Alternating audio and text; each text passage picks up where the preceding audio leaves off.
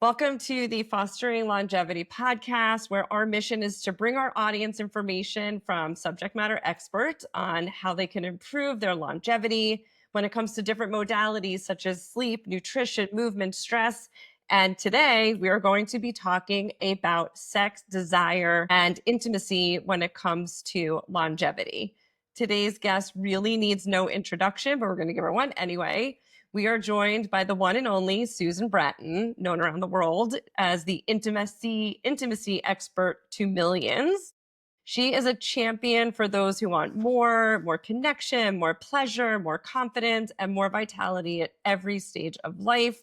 She is also the most respected voice in sexual biohacking, showing us how extending your sex span can directly support your health span. And today, we're going to unlock the intimacy, passion, vitality that you were born for with Susan Bratton. Welcome to the show. Hi, Hayley. Hi, Brian. It's great to see you again. So you've been out there doing all the shows. I've been so jealous of your travel schedule. I've been seeing you everywhere. So it's good to connect again. Hello, hello. Hello. Yes, we missed you at Biohacking. We thought for sure you might be there. We found a lot of really interesting things at the Biohacking conference, but we first met in Las Vegas at the A4M Longevity Fest. Yes. And ironically, if anybody has seen the Instagram short snippet with you, we had listened to your podcast on our way with the Diary of a CEO on our way to Vegas. And then there you were. We're like, oh my gosh, we have to talk to Susan Bratton. So you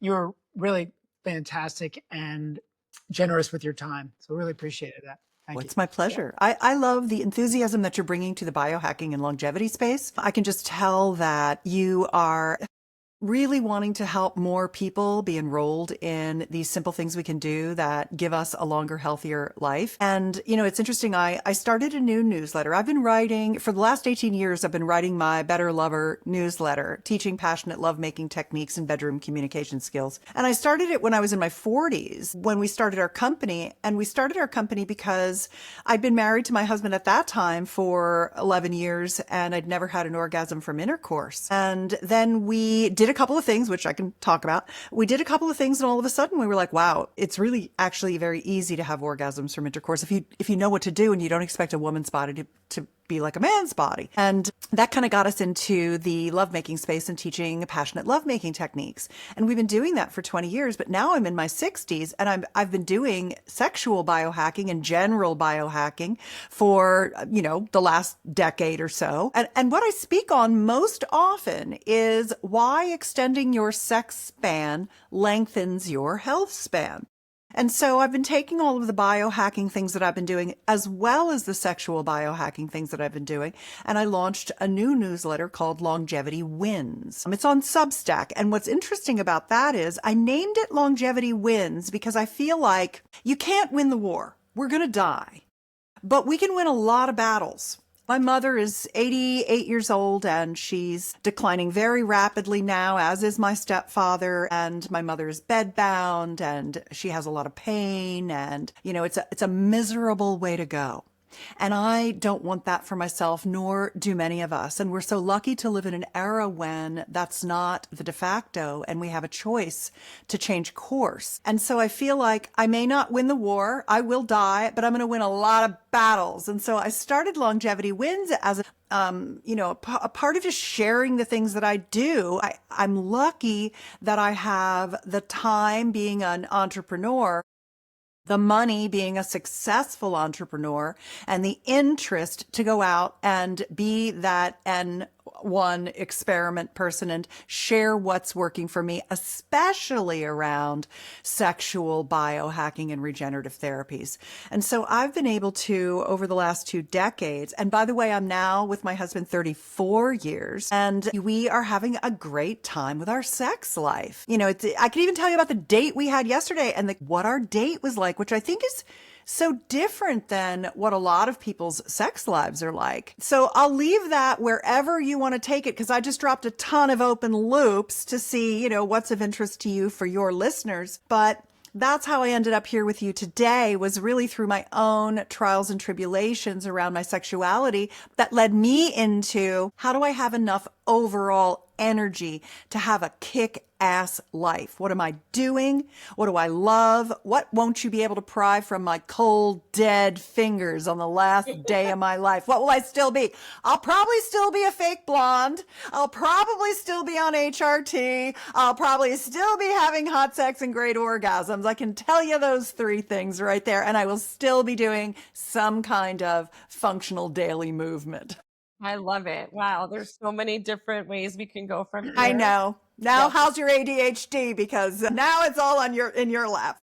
Well, what's funny is like we did warn the kids, but one just walked in the door and the other ones are upstairs. So they're going to walk down in the middle of the conversation. And what I love is They that wanna know. we are not shy in this house and we talk about all the things. So we have 3 teenagers Yeah. to the things. Well, Yeah, I think not it's all. really important because I would say one of the number one things that people, when they are complaining to me about their sexuality, and they're like, how did I get here? How did I get to be so miserable and unsatisfied in my sex life? And a lot of times they blame their parents. My parents never told me anything. And the very first myth I have to distill is that your parents, it's not really their responsibility to tell you about your sex life. It's your responsibility to learn those things as a mature person. Your parents can give you the basics. But what I have also found is that parents who model good sex in their relationship and don't hide it and don't show shame about it are the people whose kids turn out to feel really good about their sex lives. So you have to bring some forgiveness to your parents. It was a different world back then, but also it's part of our sexual maturation, is part of our overall kind of personal growth work. People who like personal growth, entrepreneurs who believe they can learn anything, bodybuilding and fitness people who feel like they just need to learn what to do. That's the mindset for good lovers, because you can make a baby. There's a big difference between procreation and lovemaking, being a fabulous lover, being what I like to call fun to fuck, right? I hope it's okay if I said the F word on your show. I know it's a new show and you don't want to be alienating your new Oh, listeners. no. It's all good. It needs to be explicit content. Yes, we use the F word all the time. It's all Okay, good. And obviously, like our kids will be traumatized not because we didn't talk about it, but because Right. to the extent that we do talk about it. They But won't it's be, all actually. good. It's all good. They We're won't be very- traumatized by No, that. No, I no. hope. You're I hope. actually doing them a favor. They're just teenagers and they hate everything you do. That's just in the big bucket with all the things you do that annoy them. In the end, they'll be thanking you. I promise. Mark my Okay. words. I look forward to that year, that time in our lives when they're like, thank you for talking about sex awkwardly at the dinner table all the time. My daughter's 28 and she appreciates it. Okay, If good. that's any consolation, she came out great and she knows everything about us and she loves that about us. So I love that. That's yeah. amazing. Amazing. You want to kick it off? Do you want me to kick it off? Well, I think she walked us right into one Yeah. of the topics that you wanted to go into. So Yeah. why Let's don't do you it. keep running with it. Okay, so I want to talk a little bit about the misconceptions of intimacy and aging. A Yeah. lot of people like, oh yeah, I made the babies, I did the things. You know, now my husband, he's fine if we don't have sex. And I think that is No, one he's of the not. things, right, that we talk about as that's an issue. But I feel that there's a really big problem for people to go from now they've got young kids at home and their sex life has dried up a little bit. How do you help people get back to that? Yeah. I just want to add a little bit more color to that. For our listener, what Hayley was mentioning and going forward in their lives without giving them an opportunity to look back, because we don't want to do that, right? That won't help them when it comes to, oh, it's re-engage with the sex that we had 5 years ago. That's 5 years ago, in our opinion.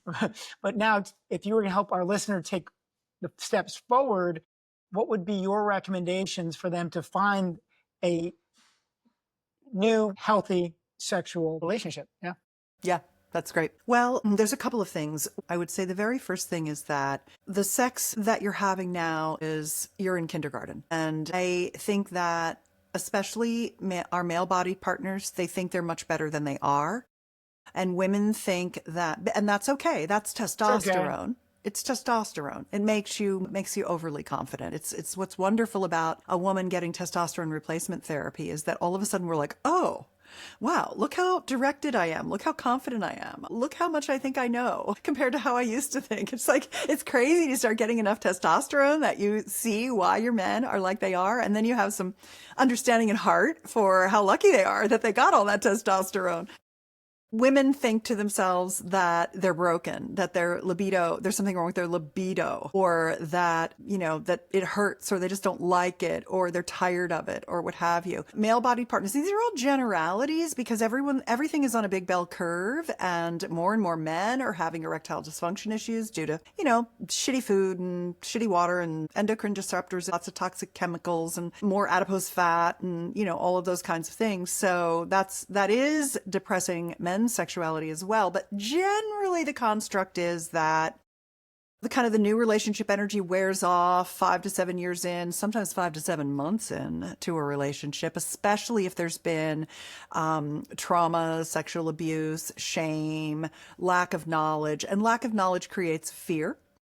And because in our culture, sex is really censored, very censored, you would not believe what happens with my content on the internet. It's almost always shut down, shadow banned, censored, throttled, what have you. And so thank you for having me, because podcasting is actually the last bastion of uncensored content. And it will be interesting to see how things go over the next few years in America. But that creates a lot of fear. And so the other issue is that everything that we see in movies and television is through the kind of the male-oriented, patriarchal view of what sex is, and that's done a great disservice to our men as well. It's not men's fault at all. They're also the victims of this repression and censorship, this lack of pleasure-based sex education, the lack of understanding how our genital structures work and how different we are in our arousal patterns between the male and the female body. And that just creates a great amount of disconnect.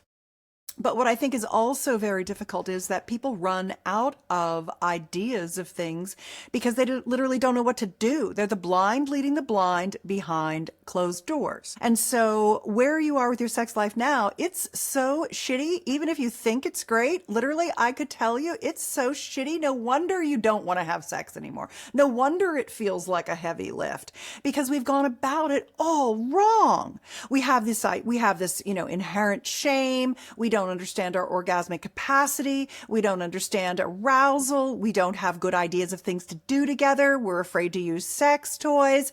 So all we see is porn and movies, which further exacerbate the disconnect between the man and the woman. And frankly, there's lots of people with lots of gender expression now, etc. But most people, the large majority of people, and the people that I generally talk to, are a dude and his lady. And they often they've found me because they want to have good sex and they want to know what to do. So here's what to do to kind of fix all that baggage that's been thrown on top of you, that's literally extinguishing your sexual vitality, which is now lowering your sex span, which is now lowering your health span, which is making you die younger and more miserable. Yeah. Here's how to fix that. Pretty simple. You start trying new shit together. You just try stuff. Everybody gets to try things. And the way that I facilitated this is that for decades, I've been writing hot sex techniques, oral pleasuring, love making. Like, I think some of my very best work that I've done in the world has been explaining to people how the human body can have over 20 kinds of orgasms. And people are like, what?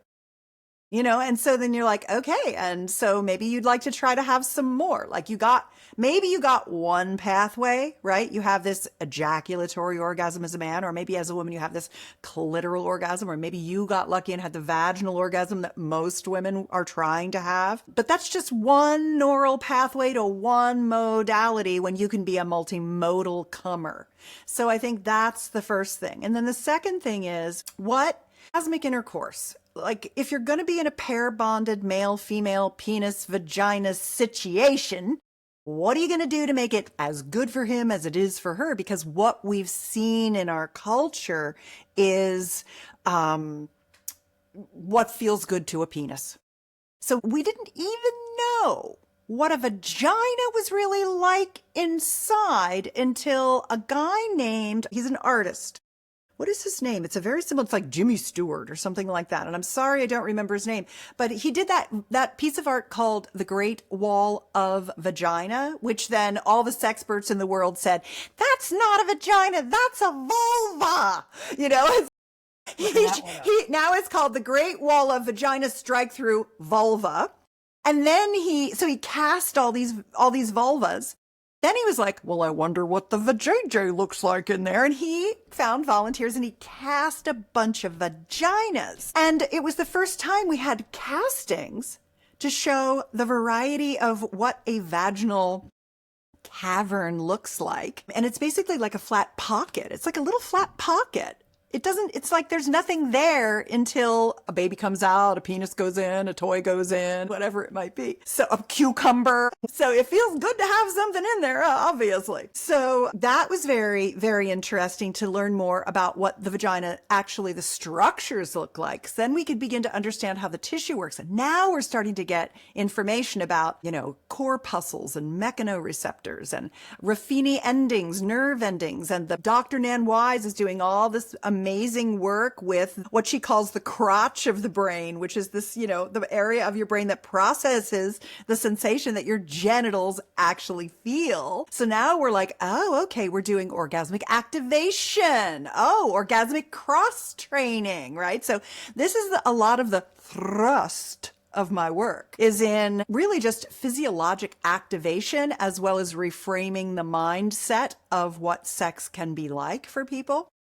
And orgasmic intercourse, I think, is a big part of what I've done is I've collected a series of really great intercourse techniques that couples can do so that they can kind of get the vagina on a level playing field with the penis. So mama and daddy both happy, because that's what we need. Is not just mama. It's not just making mama happy makes everybody happy. You got to make daddy happy too. So how do you do that? So I want to drop a link for your listeners. Orgasmicintercourse.com is a place where you can just get all my intercourse techniques. I want you to try the heart tongue method. I want you to try the dope flow sex date. I want you to try glissando. I want you to try thrust in time. I want you to try crouching tiger, bouncing dragon. I want you to try all this stuff to activate her vagina. Her yoni is what I really like to call it, Y-O-N-I.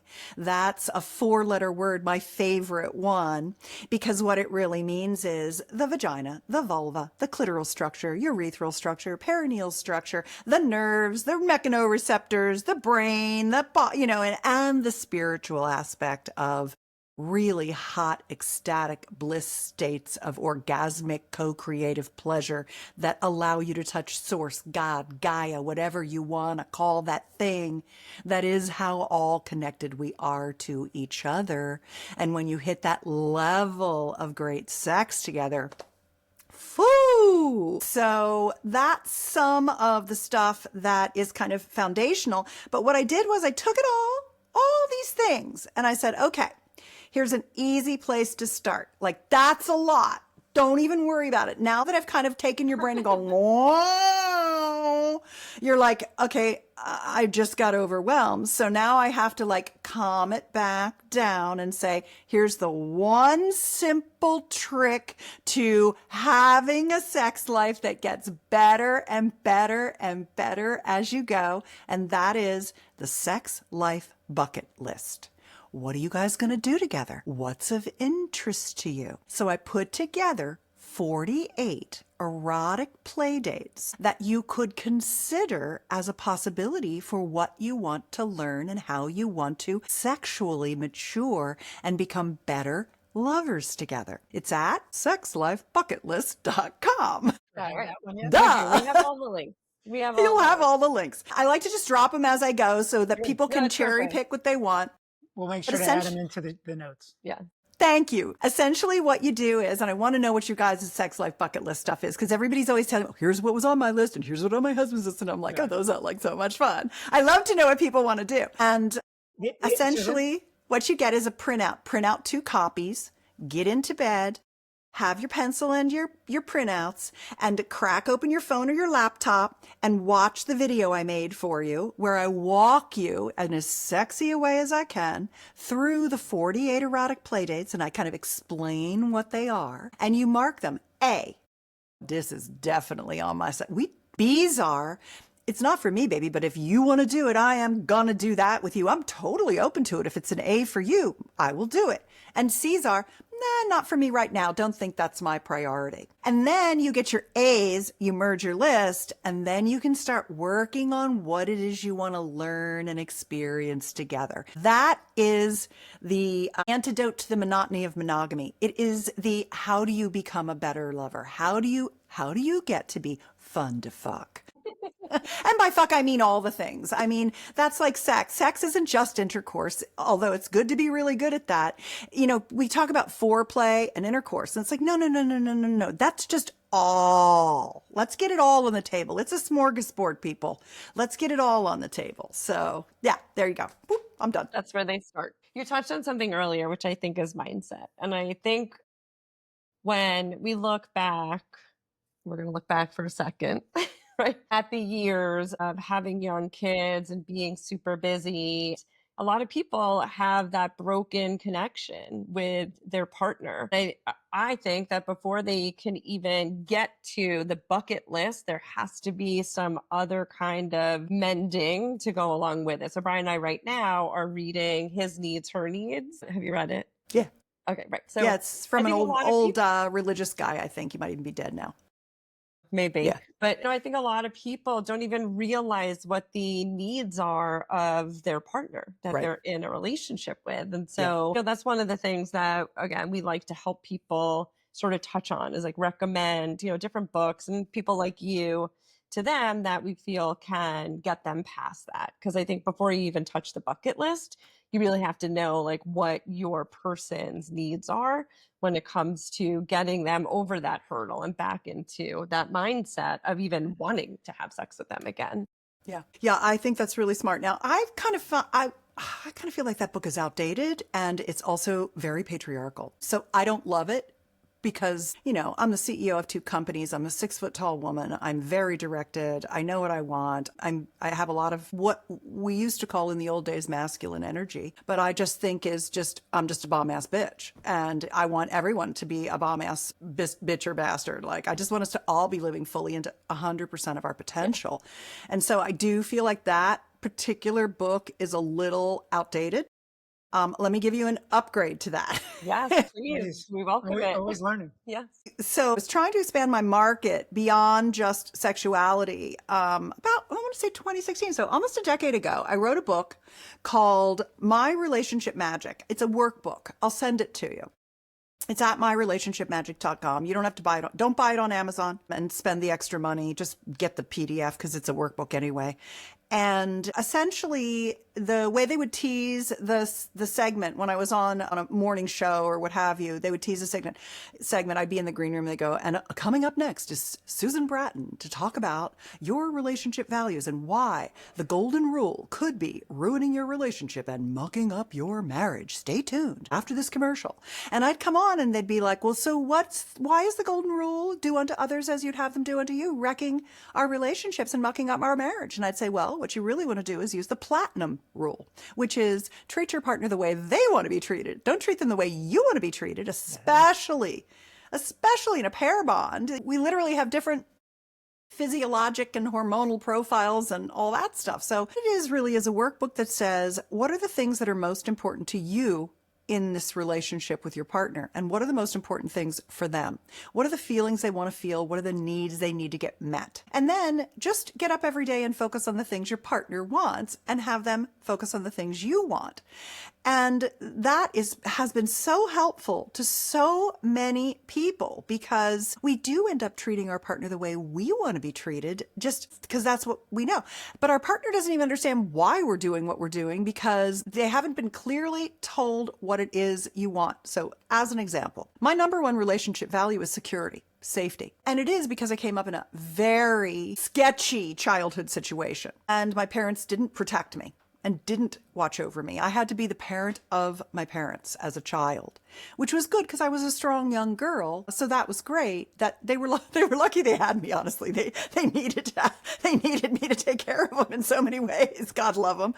They were just very gentle souls. But I needed my husband to keep me safe, because I hadn't been kept safe. And that was financial security, that was physical, that was good tires on the car, a burglar alarm, a safe word if I felt insecure, holding me a lot, things like that.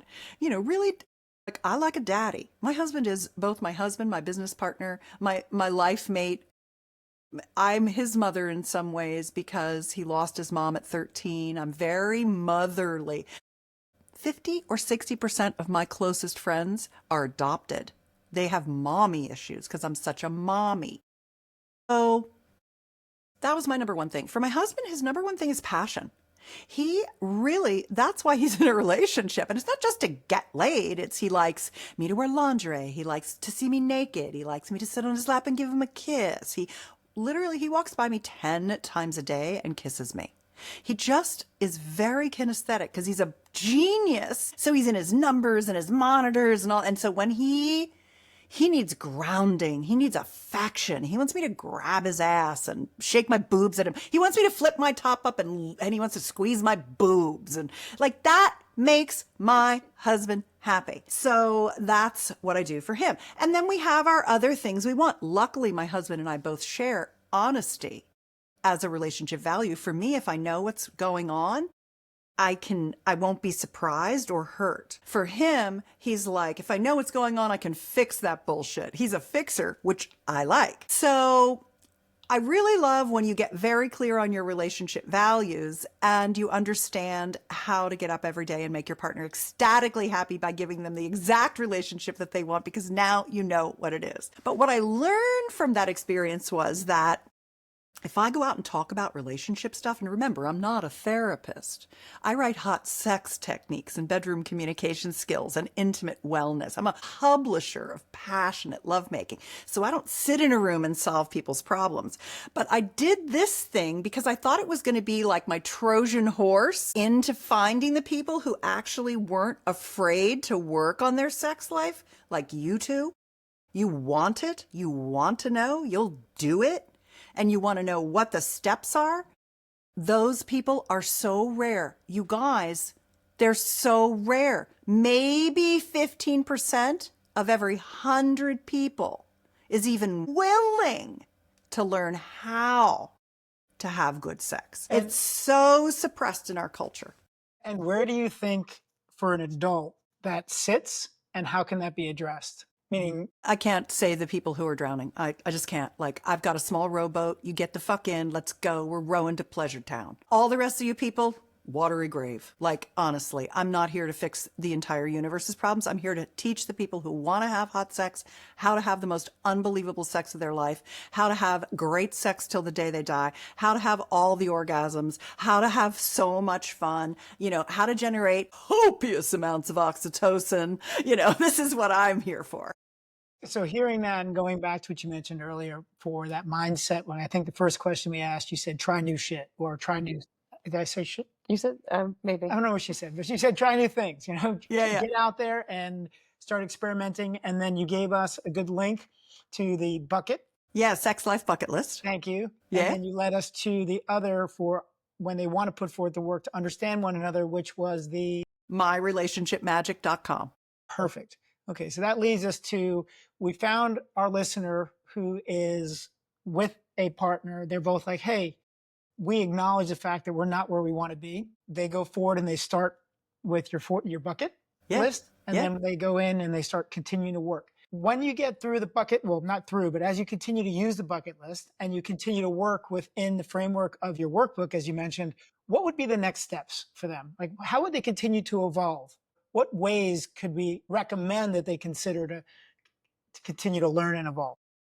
One of the very first things that I would recommend that you put on your A list of your bucket list is learning a technique called the sexual soulmate pact, Pact, like an agreement between couples. Because the one thing that will hold you back from doing all the rest of the stuff, like the foundation upon which all this fun, sexy stuff sits, is I know what I want and I can ask for it.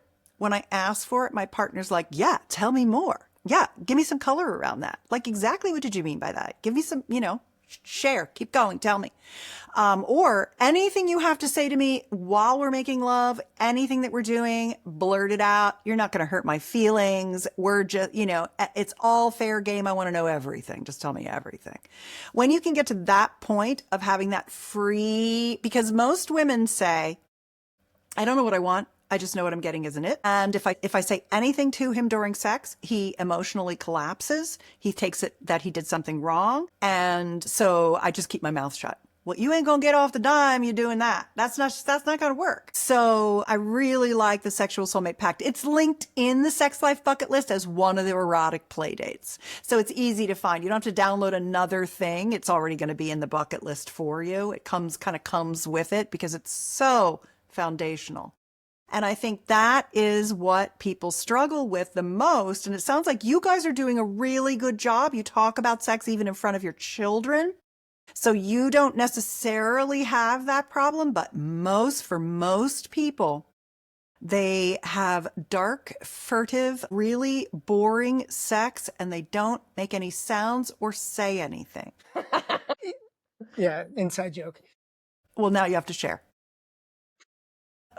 What you just mentioned a second ago, and I'm the male in the relationship, and my own insecurities or insecurities that I may have had previously, I know how I overcame them in line with the 48 buckets.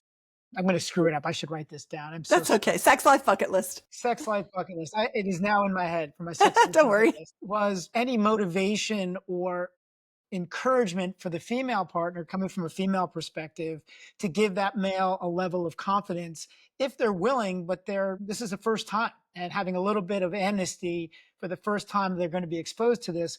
What kind of advice can you give to the female partner to encourage their male who's going to be a little bit insecure and putting up a little bit of a barrier? I'm really glad you said that, Brian, because the thing that happens in long-term monogamous relationships, and one of the biggest reasons why sex kind of goes by the wayside and you'd rather just watch TV together in bed when you could be having orgasms, is that he feels like he has to do a good job and be perfect. In man land, and this is the work of Dr. Terry Real, men are raised to not have emotion. They're raised only to be allowed to have anger and to be victims. And it does our men a great disservice because they feel like if they do something wrong, they're going to go down in the pecking order. Females are team-oriented and community-minded because we have to band together because we're prey against men. And so we're like horses. We're flight animals. I said he loves when I pray.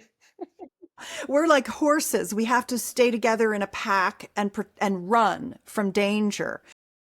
And so for men, they really, they get a disservice because they want to do such a good job. They don't want to mess anything up.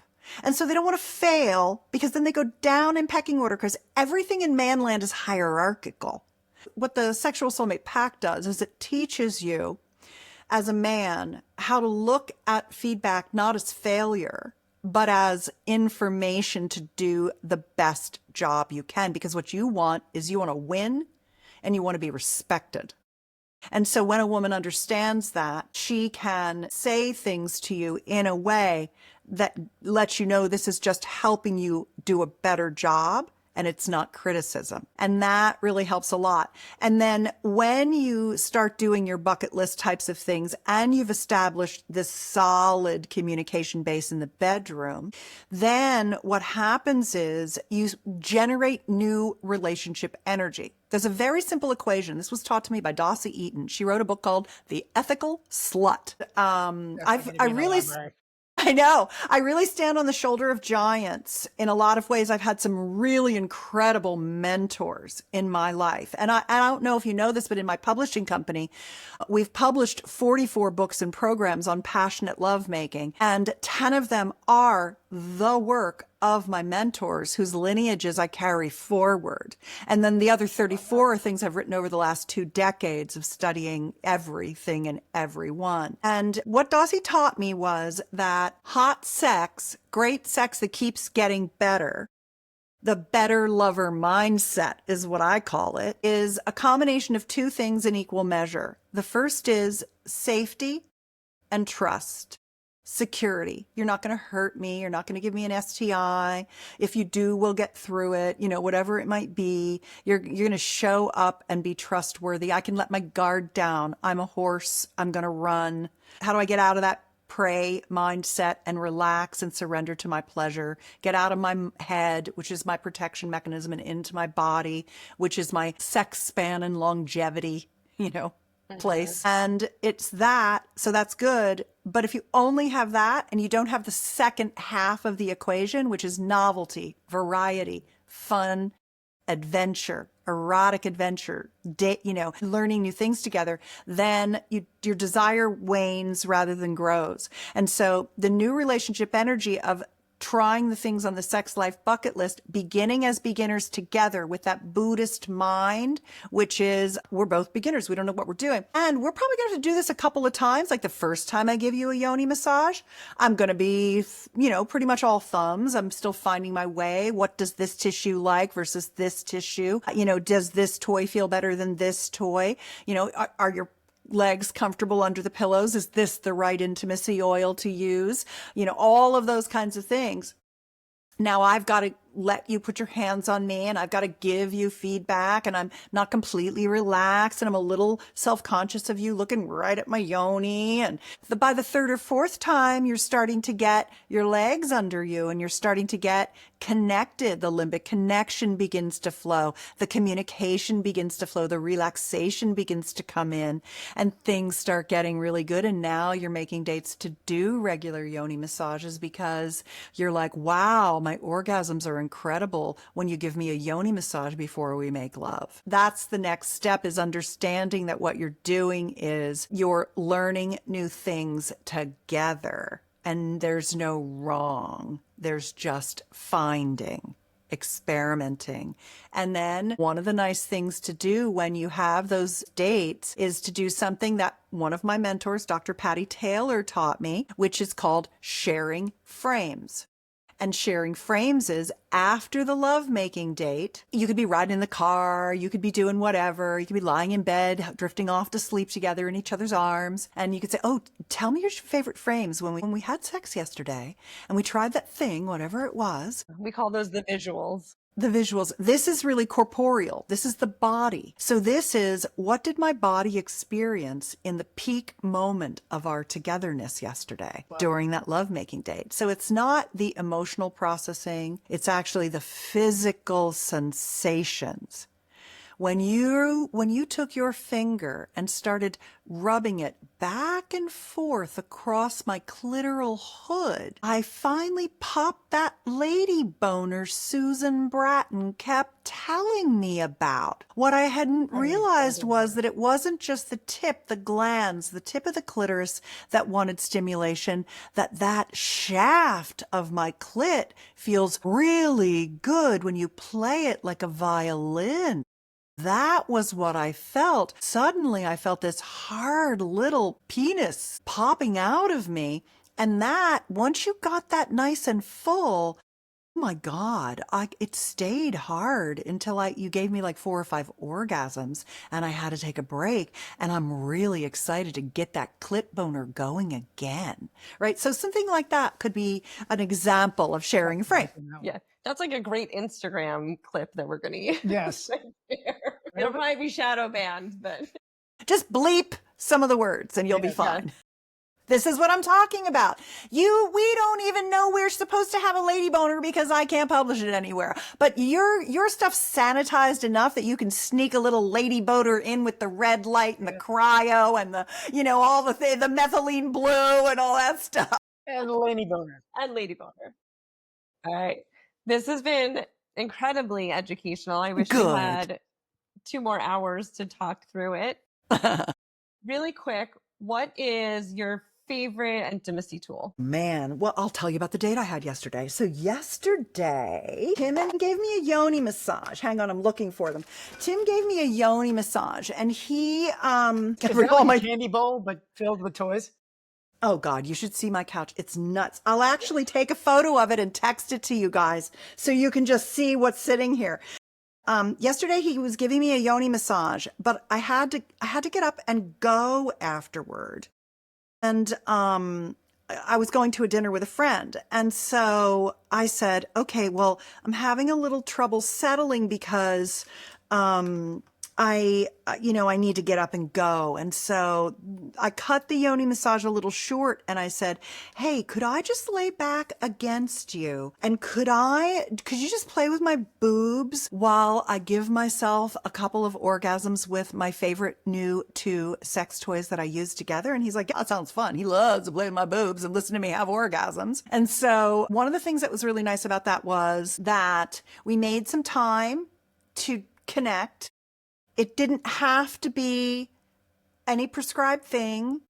We just felt our way through what seemed like the most exciting thing at the time.